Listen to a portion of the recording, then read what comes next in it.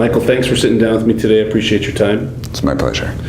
Michael, you're here in Minneapolis to address the NAPB annual meeting this year, and you're going to be talking to them about risk management. Right. Can you tell us what ideally would you like them to walk away from this talk from? Right. Great question. When I talk about drought risk management, I emphasize three components. One is a monitoring and early warning component for drought. The second component is about planning ahead for drought. And then the third component is about innovative mitigation strategies that reduce our vulnerability to future droughts. So that's drought risk management. There have been some lessons recently that I'd like to emphasize in my talk tonight. One of those is that monitoring and early warning is really the initial engagement that one can make with the stakeholder community. They need to understand the severity of drought, and sometimes droughts are windows of opportunity to engage the stakeholders. And so having a good monitoring system is very important up front to get them to think about what is drought risk management. A second lesson is that as monitoring and early warning improves, that it drives the need and improvements in drought planning ahead for drought. And as entities plan ahead for drought, they need better monitoring and early warning systems. So there's a feedback loop that gets going, and we really need to encourage that feedback loop to really help in drought risk management. Another lesson is that mitigation strategies need to come out of innovation. And we're here at the Plant Breeders Association meeting. They're all about science and innovation. Mitigation is a great way to invest in our future and invest in drought risk management. And then a final lesson is that this issue is very complex. We need partnerships in order to solve the issue of drought, about food security, these other issues, but with drought. And so it takes partnerships.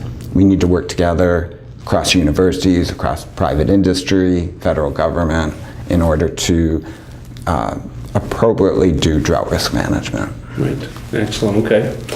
And I understand you teach a class at the University of Nebraska-Lincoln called Climate and Society. So yes. Climate and Society is examining the effects that extreme weather and climate have on human activity, as well as the impact of what us humans have on the climate. Right.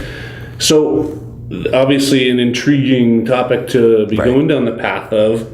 But what the plant breeders need to know, and what kind of, if you get to pick out one thing, what's the most important thing that you would like plant breeders to understand about that concept? Right. So one of the things I bring up to my students, and I take a whole semester really to touch on this, is that the topic's very complex. And they need to understand that it's a complex issue. It's not going to be solved by sound bites, and I think that's what you see a lot in the press right now. And so taking the time to understand the variety of nuances to the various issues is really important. And so I think that would be the one thing that I would say plant breeders need to know. Their topics are very complex too, so I think they'll understand that message.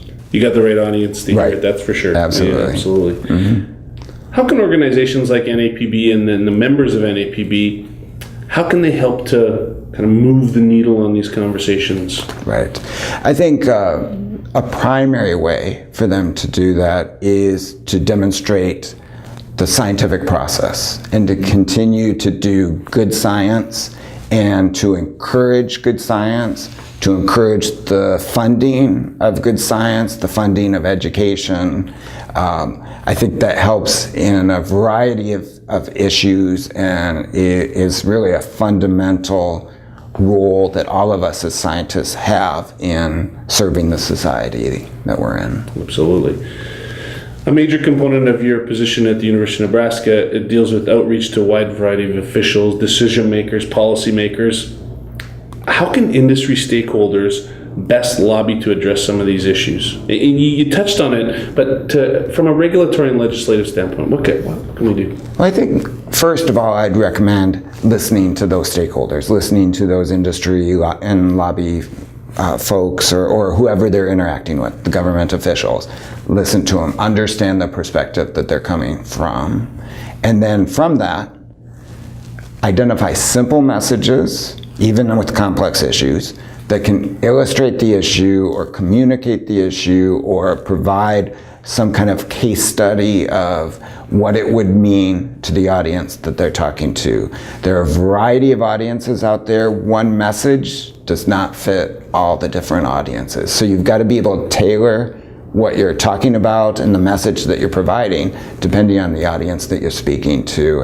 And the way you're going to do that is by listening to that audience and understanding where they're coming from. So it's kind of all tied together, and it's really about communication. Communication, that's the word that was ringing in my head as you were just talking there, Michael, is communication. And the science community is not necessarily credited with that being their 100% strong suit. Thoughts or ideas on how we can do a better job of getting that message out into that larger audience? How can we get scientists to see and speak the way that the larger community needs to hear it? Great question. Perhaps, and I'm thinking about myself in answering your question, is scientists need not fear getting out and communicating. That's one thing that I think we do,